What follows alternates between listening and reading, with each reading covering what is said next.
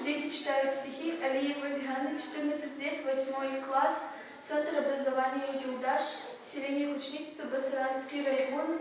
Константин Симонов, жди меня. Жди меня, и я вернусь. Только очень жди. Жди, когда наводят грусть желтые дожди. Жди, когда снега метут. Жди, когда жара. Жди, когда других не ждут, позабыв вчера. Жди, когда из дальних мест писем не придет. Жди, когда уж надоест всем, кто вместе ждет. Жди меня, и я вернусь. Не желай добра всем, кто знает наизусть, что забыть пора. Пусть поверят сын и мать в то, что нет меня.